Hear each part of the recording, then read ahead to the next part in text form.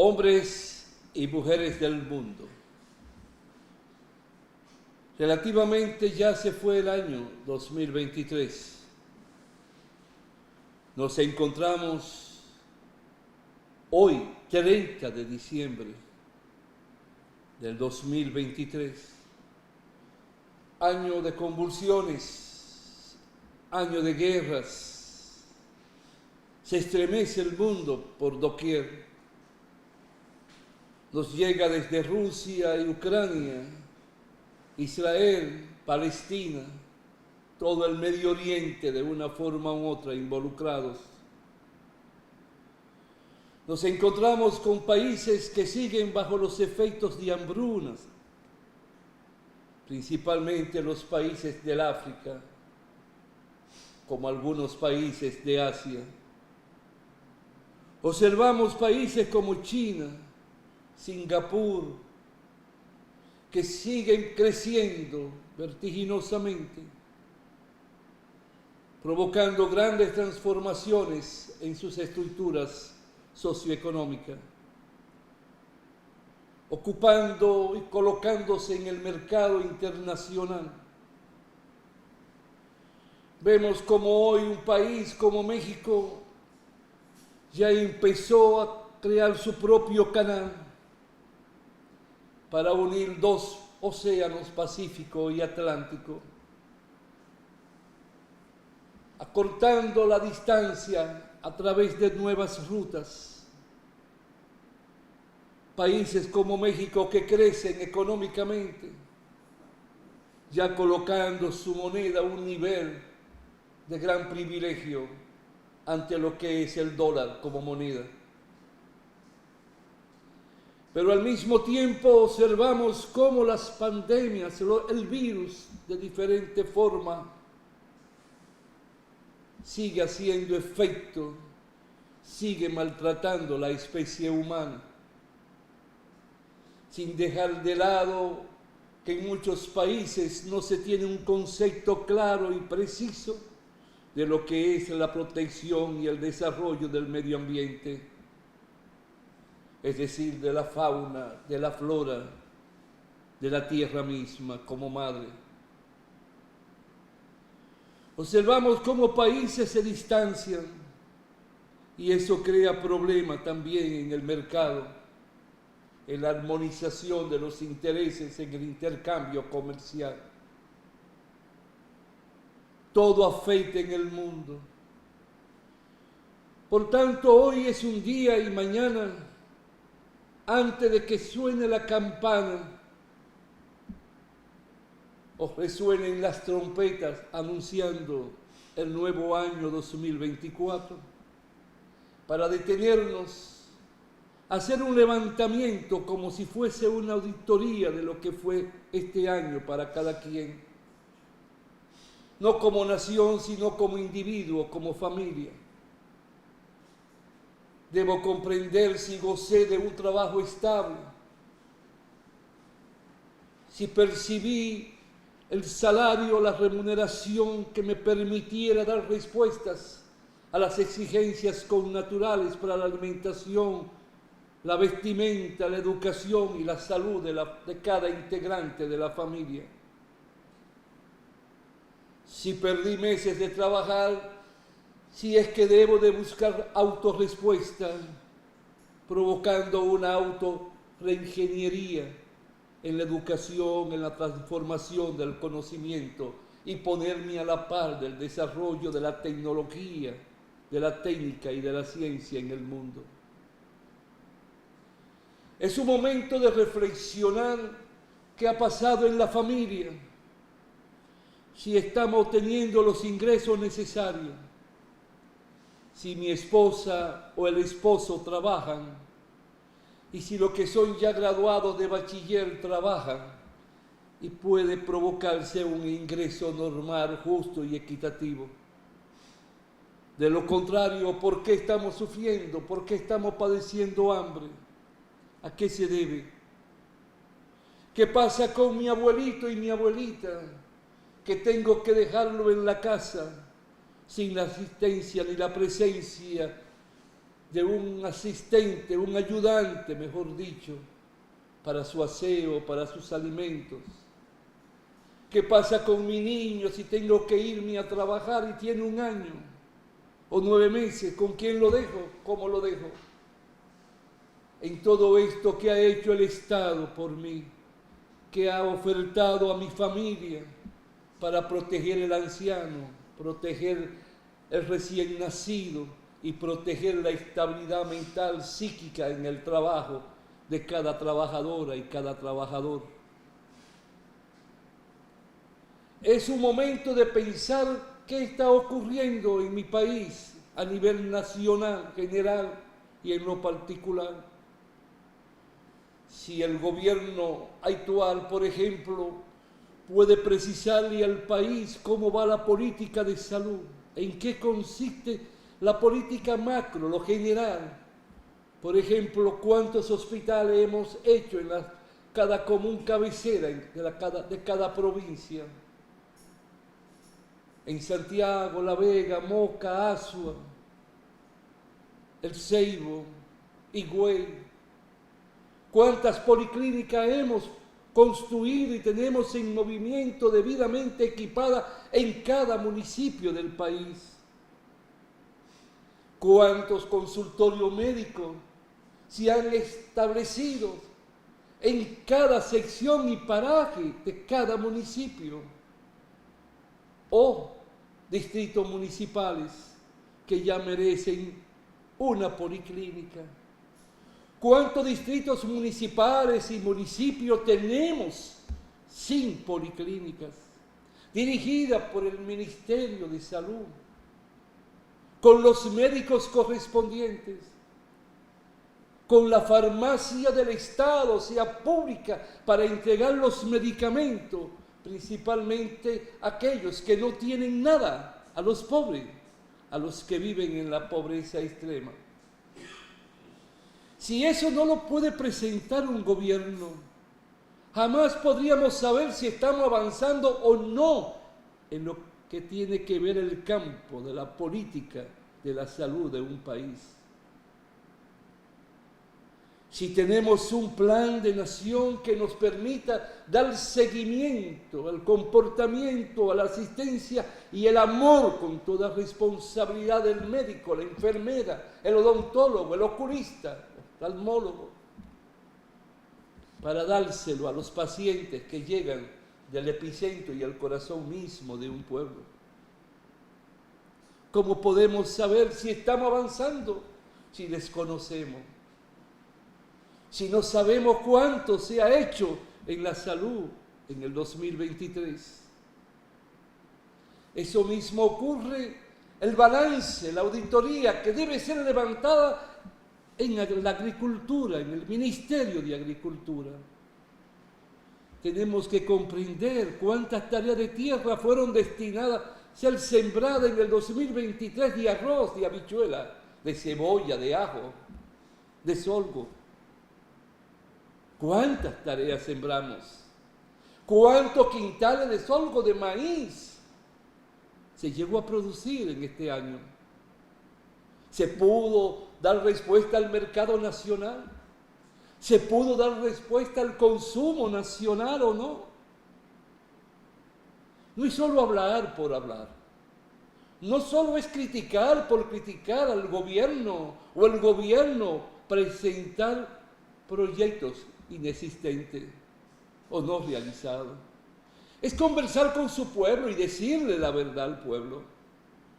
Porque observo que hay muchas familias que no pueden comprar arroz porque el precio es alto, que no pueden comprar ni un muslo de 1 libra, ni 1/4 de libra de pollo, porque el precio es alto. Porque entre menos arroz hay, más sube el precio, por la demanda es mayor. Entre más caro es el pollo, menos se compra, porque el poder adquisitivo con el salario que percibimos no nos permite comprar carne de pollo de forma constante y permanente, mucho menos de cerdo, mucho menos de reses. Entonces el pueblo de esa forma es que va a comprender.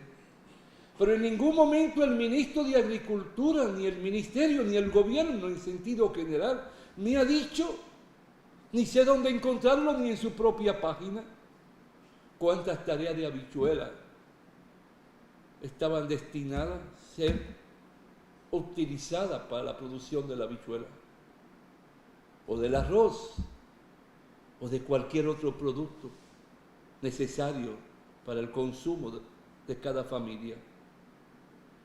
Y eso es penoso, porque eso indica que tampoco sabemos cuántas empresas tiene el Estado por sí o en combinación o en sociedad con el sector privado para tomar todos esos quintales de sorgo, de maíz y convertirlo en harina, convertirlo en materia prima que debe ser transformada en pan, espaguetis y otros alimentos que puedan aflorar de manera rápida y permanente al consumo de la gran mayoría del pueblo, o de cada hombre, mujer, de cada ser humano de nuestro pueblo. Pero no tenemos más que en el sector privado, porque contamos una vez cuando Trujillo y quedó Molinos Dominicanos, se usaba la harina, se producía harina, y esa harina permitía hacer muchas cosas, desde el casabe y otros productos. El casabe que viene desde los indígenas, porque el casabe se hace con una harina y después que se convierte en casabe no se pudre. Oiga, qué ironía de la vida. Eso lo supe hoy, porque escuché a un historiador hablar de eso. Entonces, nosotros no sabemos cómo anda la agricultura, porque no hablan contigo. Nadie habla. Y cuando la oposición habla, habla gritando. Hasta insultan. Y eso no es correcto. Porque a los pueblos hay que hablarle. Cuando tú subes la voz, es porque tú tienes el interés de que te escuchen y pongan atención a algo que va a provocar toma de conciencia, va a despertar tu conciencia, te va a provocar a razonar, a pensar, ¿por qué este señor alzó la voz? Es que algo quiere transmitirme que yo me detenga a pensar, a comprender el porqué. Fíjate, vuelvo hacia atrás, cuando te hablé del anciano, y cuando te hablé del niño, es porque tiene que existir, como te he dicho muchas veces, una política que corresponde al sistema de la seguridad social. Es las casas para envejecientes, para llevar a los ancianos, ya como yo, porque vivo en joven, pero ya tengo una edad que muy pronto tendrán tal vez que llevarme para una casa de envejeciente, donde hay médicos, donde hay personas que cocinan, que lavan, cocinan mi comida, una comida especial porque soy anciano. No es la misma que come un joven, ni un adolescente, ni una persona adulta de 50, 60. No, ya requiere menos sal, menos manteca, menos aceite. Necesita médicos especializados para que determinen el menú de lo que yo debo de comer de acuerdo a mi edad y de acuerdo a lo que dicen los análisis de sangre que me hacen. Pero allí hay médicos que me ven todos los días, comparten, hablan conmigo. Hay psicólogos, hay enfermeras o enfermeros. Hay hasta profesores para leerme en voz alta los libros bonitos de historia, de amor, para que en la vejez siga sintiendo la belleza de la vida. Y qué más belleza que a un anciano le hagan recordar sus tiempos jóvenes, presentándole una película donde salen mujeres bonitas. Eso no es malo. O que salen hombres que son galantes y las ancianas puedan sentirse, respirar los años de cuando tenían 15, 20 años. Porque entre más anciano tú eres, más tú vas recordando lo que hacías cuando niño. Óyete, es curioso, pero es así. Pero sigamos con ese inventario. Por ejemplo, ¿cuántos niños y niñas entraron a la escuela en el 2023? ¿Cuánto han aprendido a leer y a escribir? Pero ¿cuánto han aprendido a razonar a través del careo que se daba en la escuela en los tiempos que yo era adolescente? Ya eso no se ve. Tú le preguntas a una niña de 8 o 9 años, ¿qué cuento tú has leído? No, ninguno. Pero no piensa, no pienso, no me gusta eso. No se le enseña el hábito de la lectura en las escuelas a los niños. A los 5 años ya deben de aprender a leer y escribir, porque pasan por una instancia infantil, la que cuida a los hijos tuyos, de los trabajadores, de los campesinos y campesinas. Y cuando salen, ya deben salir alfabetizados. No es como antes, que teníamos que esperar hasta los 7 años. Y si teníamos la suerte de contar con una profesora privada, cuando vivíamos en el campo, a 5 o 6 niños nos daban clase. Los alfabetizaron antes de los 7. Eso es lo que tenemos que hacer hoy, mañana, antes de que se suenen las campanas, saber qué ha sido de este año. Nos hablan de 10 millones de turistas, pero ¿cuánto han consumido esos turistas fuera de los hoteles? Los que llegan allá por Higüey, los que llegan por Puerto Plata, ¿a dónde tienden o llevan a sacarlo? ¿Qué consumen en la capital? ¿Qué consumen en Jarabacoa? ¿O se pasan la mayor parte del tiempo en los planes que presenta el hotel o las compañías gestoras del turismo? No es solo decir que llegaron 10 millones. Eso es importante, eso hay que aplaudirlo. Gracias a Dios que ya pasó la pandemia y hemos podido ir desarrollando y profundizando. Eso es un aplauso. Un aplauso. Ahora, nos detenemos a pensar en las ramificaciones, en la parte colateral. Lo llevan a conocer la Vega Vieja. Lo traen de Higüey a conocer la Vega Vieja. Y allí desarrollar una conducta y la toma de conciencia de cómo atender a esos turistas, qué ofrecerle a los turistas. Lo llevamos, y parece loca la idea,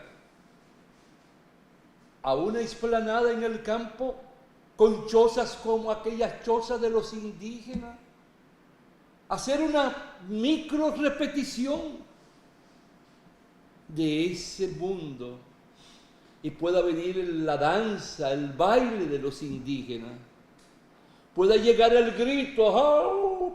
Todo eso le va a gustar, pero lo hacemos.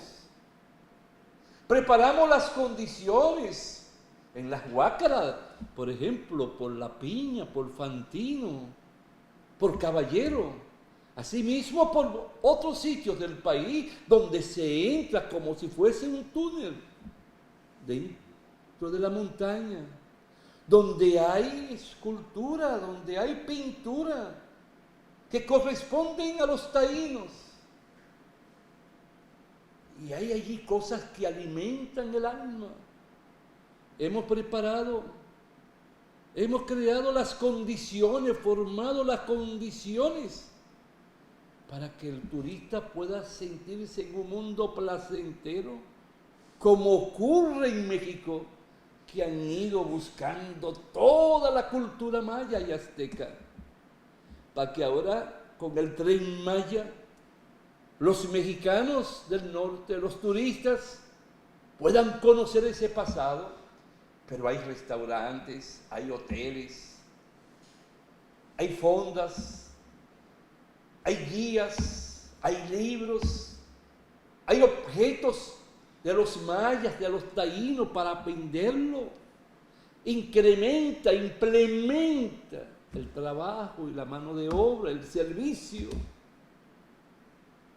Es el momento de pensar antes de que llegue esa hora, la 12 del 31, la 12 de la noche.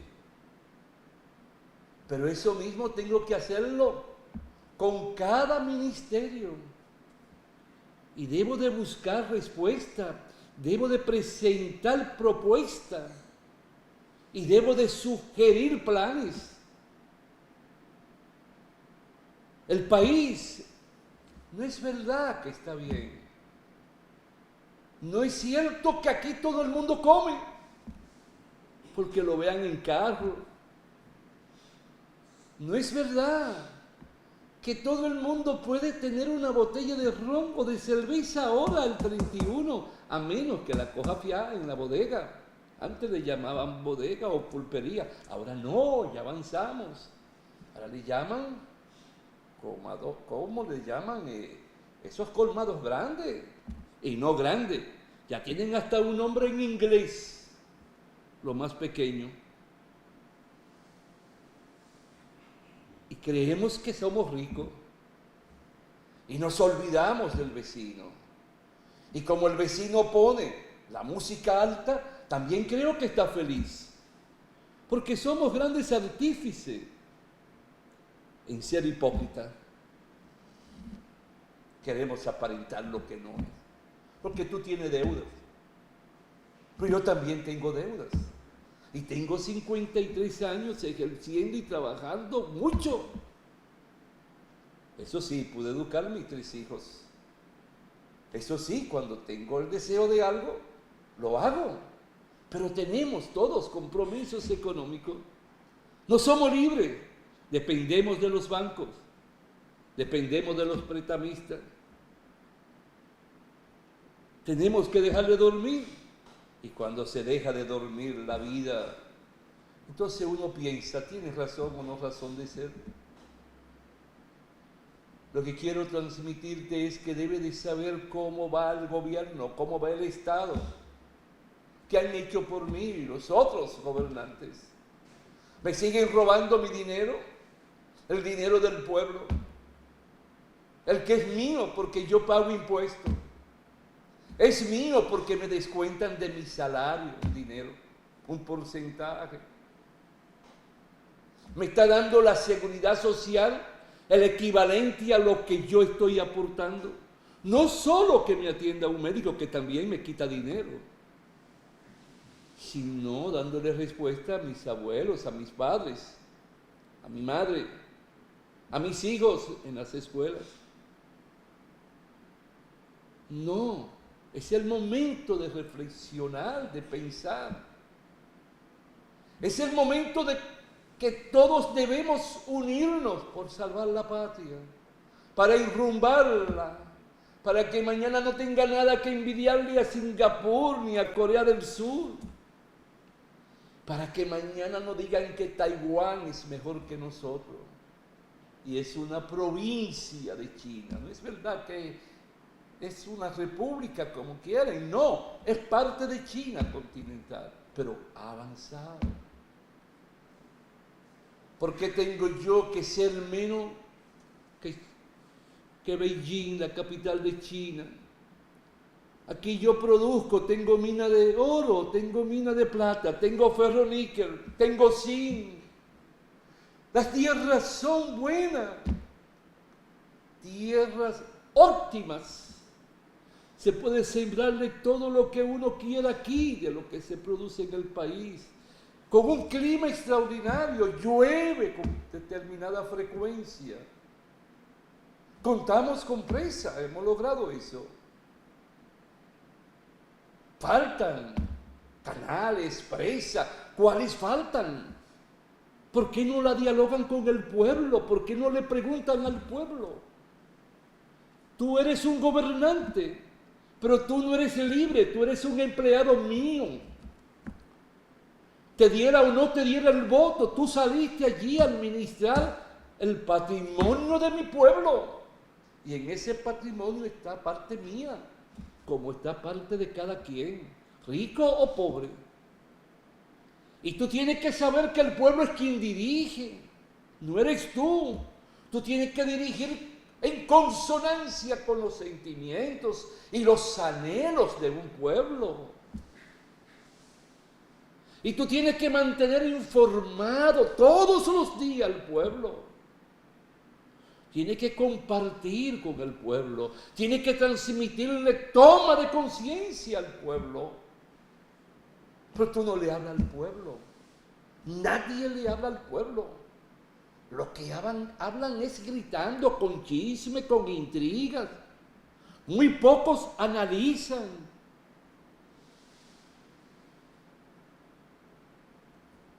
Me encanta escuchar un joven economista que ahora me enteré que fue designado profesor en una gran universidad de Estados Unidos.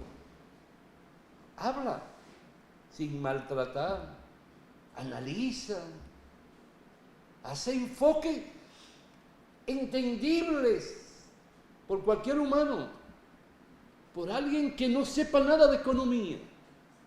Y voy a decir su nombre, Juan Ariel Jiménez.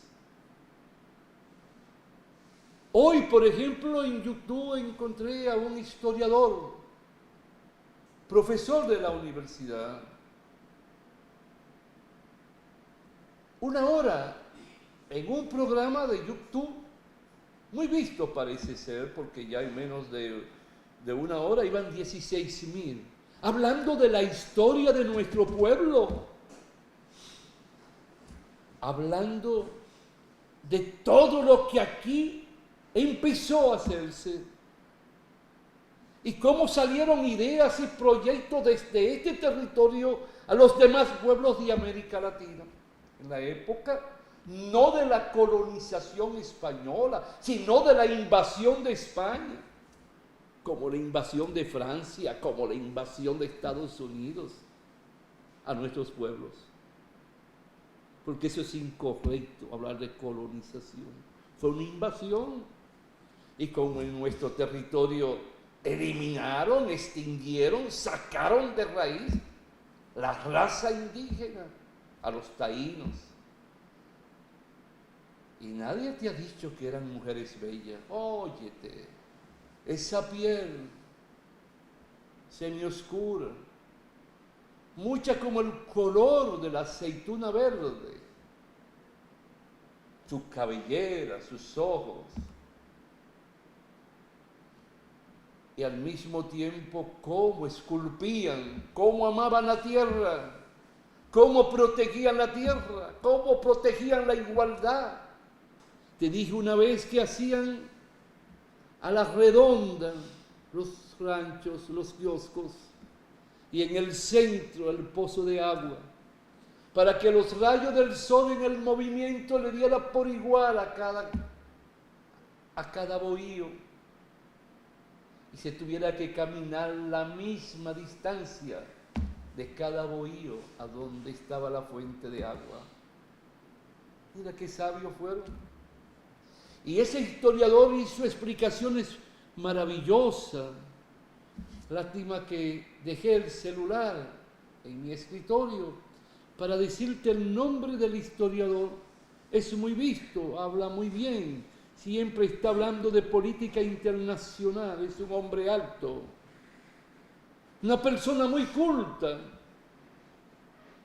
Está en un YouTube que sale como un lema levantando el brazo.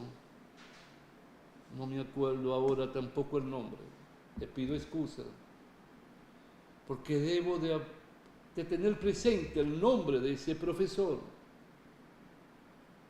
Una persona se ve bien formal, cortés, elegante en la palabra, en el diálogo. Es como si fuese un diálogo cuando habla. Como me gustaría aprender eso de él.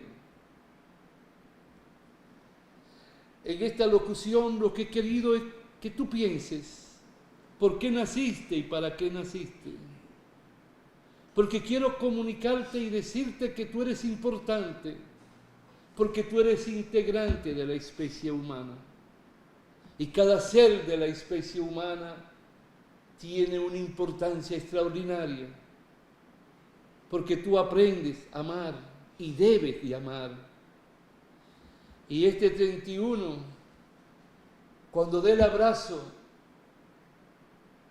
vete autopreguntando qué fue para mí y qué hice en este año y cómo debo programar el 2024. En qué y cómo debo participar en el accionar de la vida en el 2024. Cómo debo de luchar por la liberación total de mi pueblo, por la autodeterminación de mi pueblo en el mundo energético, en el mundo de la alimentación y en el mundo de la medicina. Te dejo esa tarea. Si capta lo que te digo, deseo lo mejor para ti. Si no lo capta, deseo que un día una luz te ilumine y comprenda como un rayo milagroso la expresión soy importante. Debo de ser un ente productivo, sea un ser productivo para mi familia, para mi pueblo y para los demás. Dios bendiga la República Dominicana. Dios bendiga la humanidad. Erradicar la guerra, Señor. Erradicar la hambruna, Señor. Erradicar el individualismo, el egoísmo, el yoísmo, Señor. Levanta la moral y la dignidad de los pueblos del mundo. Hasta la próxima, si Dios quiere, hombres y mujeres del mundo.